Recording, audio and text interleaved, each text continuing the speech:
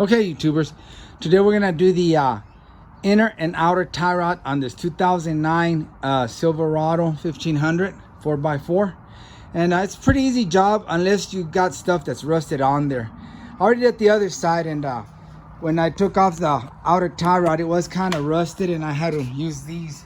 And if I have to do that again, I'll show you how I use those two pipe wrenches. But let me just show you this other side. Came out pretty good.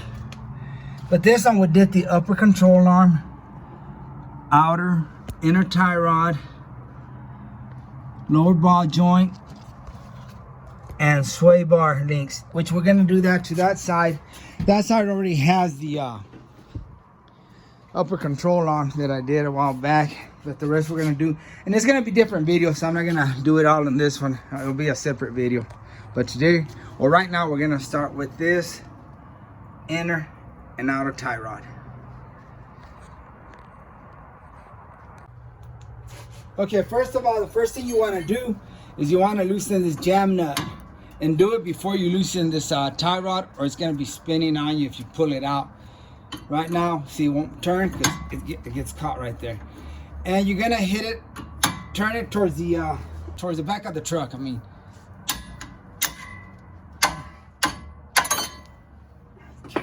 might have gotten it loose.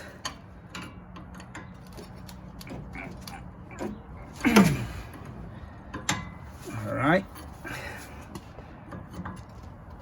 And I think the passenger side goes forward towards the front of the truck. I'm just gonna loosen it, and I think it is gonna be a hard one to take off because I can feel this jam nut kind of giving me a hard time. All right, we backed it up a little bit. Now, and that's 24 millimeter. Now we're gonna use a 21 millimeter on this nut down here.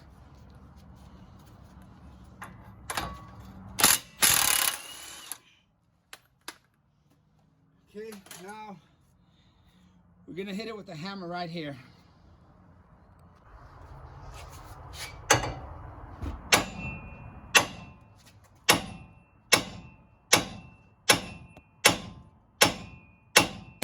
Let me get the camera out of the way. I bumped it. Okay, it helps if you turn the wheel a little bit. Now I can hit it better here.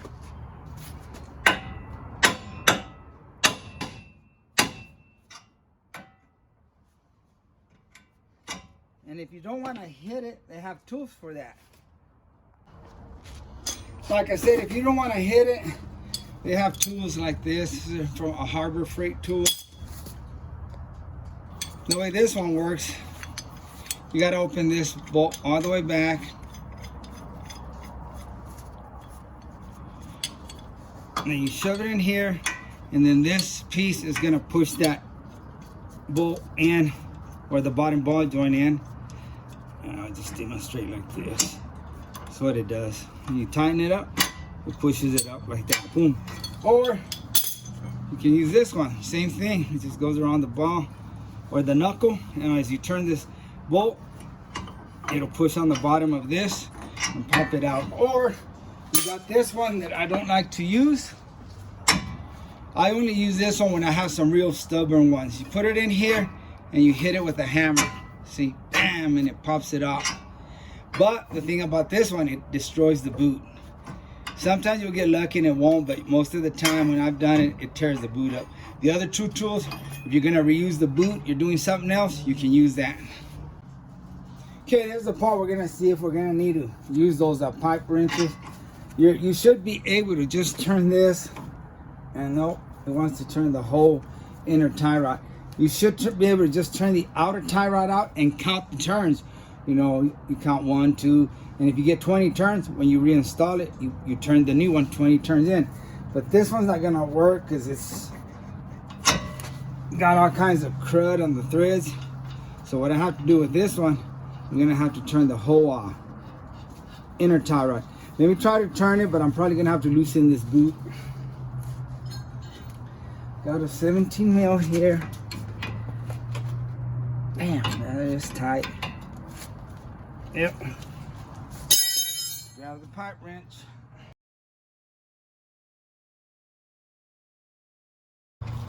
Okay, I'm gonna put a pipe on the back of that pipe wrench.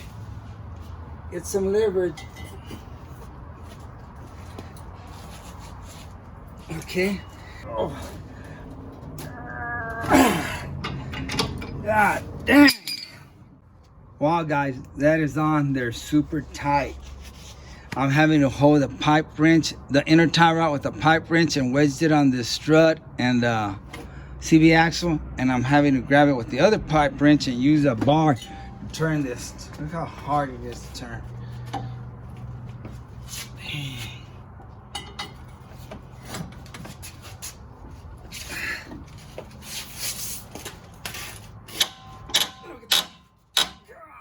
Dang. Never have I seen a outer tie rod that tight. It even squeaks when I turn it. God dang.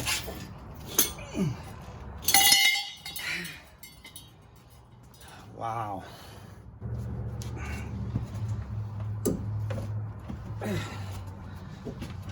Anyway, I'm gonna keep working with this till I get it loose, and I'll come back. My gosh, that is ridiculous. Pipe wrench.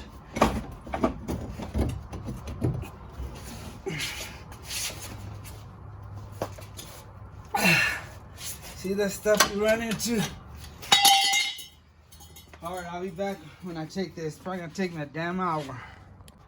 Wow, guys, that is super tight. Wow. The other side was the same, but once I started turning it a few turns, it loosened up. This one's not gonna loosen up, and I'm not gonna be here all day, so let's...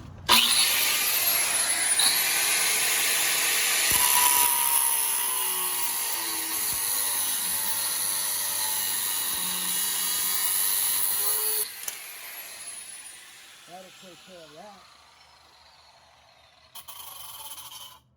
No way I'm gonna be twisting this for an hour.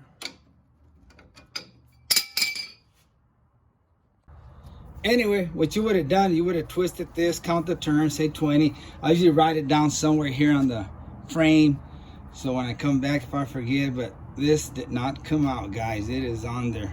If you look in there, you can see rust. All right, next, let's take this little clip off, clamp. Go through the top and can it, unless you want to reuse it. Let me break that seal.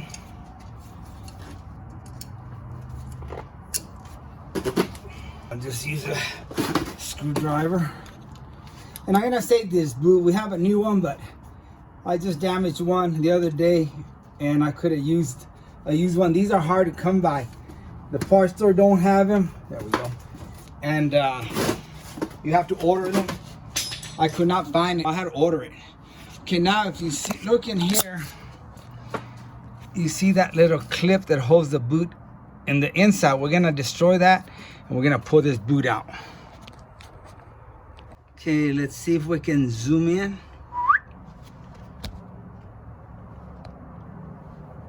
I guess that's as close as I'll get. I'm just gonna take along this screwdriver that I made. I welded it right there. And I'm gonna put it right on that little clip right there. And I'm gonna hit it with the hammer, and it should break it. Okay, now you guys are in my way. There. See it hanging loose now? Reach in there and grab it.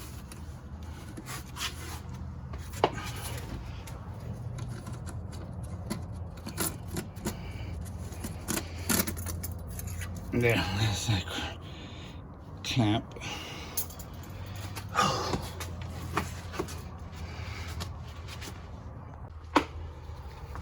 Now, as you seen me earlier, break the seal here. That way I can pull this boot, and it also has to break a seal back there. Let me grab a tool for that. And guys, when you have old screwdrivers that break the tip or they just ain't no good anymore, make tools out of them. See, I've got these little hooks. I can go back there and hook up on it and break that seal. I need a longer one, so I grab this other one.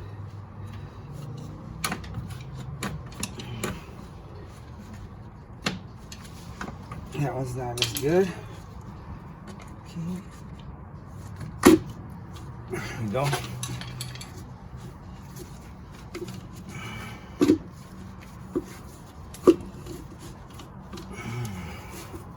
And put some WD-40 on there. Okay, I'll spray some WD-40 on here, so it should slide. And I'm gonna save this boot. Like I said, I needed one last time, and I've got the other one for the other side too. So now I have 2 extra boots for if I ever damage another one. Now we're gonna grab it here with the wrench. The other side was harder. This was in further, so I didn't have no room because of this right here. So what I used on this one, I can get in here with that wrench. On the other side, I reach in there with this tool. Clamps on to this, and then you can turn it with the ratchet here, and it comes loose. I'm gonna have to use this one. I don't know if I can get a wrench in there. Okay, the wrench I have is not big enough, and I haven't made this one myself. It's 1 5/16. And what I did, I grinded it down here, and it's been working perfect for these, but for some reason this one's a odd size because it's not grabbing it. It's too big. Or am I grabbing the wrong side? Let me see.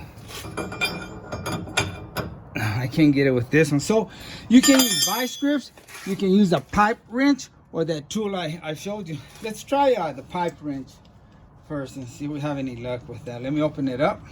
Okay, I got the pipe wrench on it. Let's see if it'll take it off.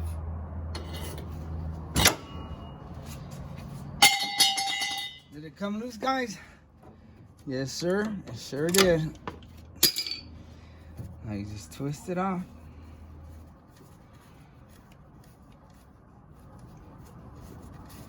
Damn, I bent the crap out of this trying to take it off, or it was already broken. Look at that. It's bent right there at the very end. But anyway, it's done. See, it doesn't have any tension. Okay, here's the new one. And it comes greased already. I have a bad habit of greasing it up some more. I always add some more grease. You're just gonna turn it in there. And it works better if you have the rod straight, which this one's kind of bent, but now that I got a thread in there, now I can move it and center it. Makes it easier. It was kind of like this, so it's kind of hard. You got to be doing this number. So just straighten it up. You can just turn it by hand. And it does have on there, I'll show you on the old one since I've already put this one in there, where you can put a wrench. That one's a little different, but see, it's got these little indentions so you can put a wrench on there. Just make sure you look for that before you start trying to grab it with vice grips or whatever, which it's not gonna hurt it. That does, if you scratch this outer part, it's not gonna hurt anything. Okay, this time we're gonna use some vice grips to tighten it up.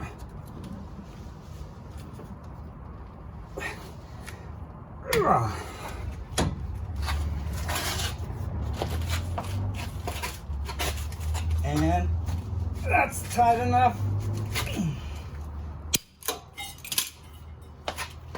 It ain't going nowhere. Okay, now let's take this jam nut off and get the new one. The new one comes with a grease insert, little pack with a carder pin, old school carder pins. First thing we want to do is put this boot on. I'll just put a little bit of WD-40, make things a little bit easier. And we're gonna use zip ties at the end.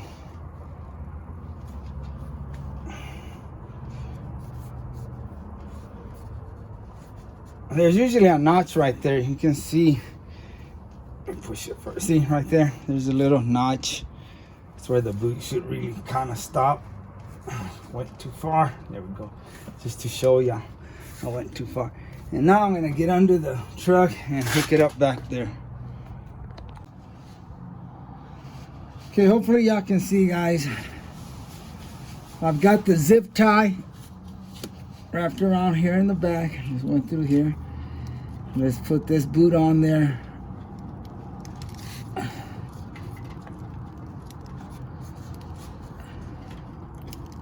Make sure it's on there all the way around. Zip tie just fell. There we go. I got the top end first just to make sure it went in there. Take my zip tie. Wear safety goggles. I'm getting dirt all over my face. And put your... And this is just for dust, guys. Don't think like a zip tie is gonna bust. Nothing turns here. It's just a dust cover. Preventing dust from getting in here. And it doesn't turn, so yes, a zip tie will hold forever and ever. Cut the X's off.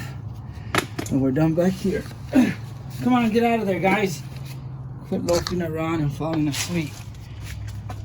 Okay, now we'll put one here on the front.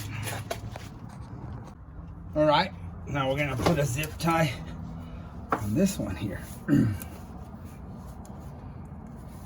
And again, people sometimes think that this prevents it from leaking. If you're leaking power steering from here, then your rack and pinion's done. There's no use of putting anything on there. You need a new rack and pinion or rebuild it. I'm just saying that because I had a gentleman tell me he was having a hard time putting this and the fluid still kept coming out. And I said, well, your rack and pinion's done, buddy. Okay, now we grab the jam nut and we put it in there.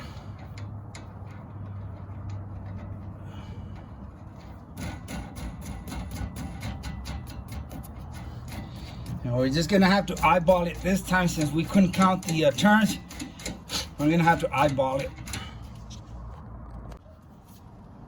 Okay, the other side was 20, so I'm just gonna do 20 on this side and see where it's at. Okay, so we'll start there. 1, 2. Okay, once you do the appropriate turns, which was 20 on here, you wanna snug that jam nut, but you can't tighten it yet or it'll spin. And stick this into the knuckle. Put the jam nut or the nut on there. And then put your little grease fitting. And it's usually about 7-8 millimeter. Just gonna use some vice grips and strip it out. Not really. Let's get some vice grips. And you don't have to go tight, super tight. Right there feels fine. Let's get the grease gun.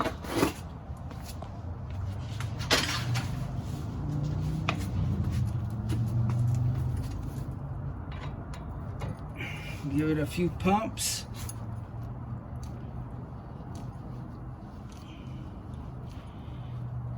I'm gonna do 6.